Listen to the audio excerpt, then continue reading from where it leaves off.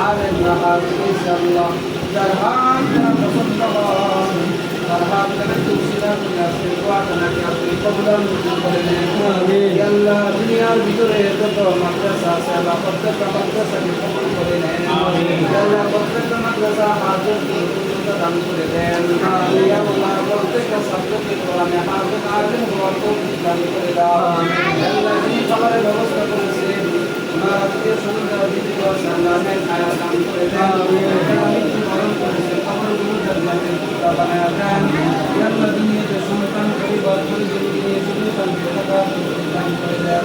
রব্বানা তাকাব্বাল মিন্না ইন্নাকা আনতাস সামিউল আলিম وتب علينا إنك أنت التواب الرحيم سبحان ربك رب العزة عما يصفون وسلام على المرسلين والحمد لله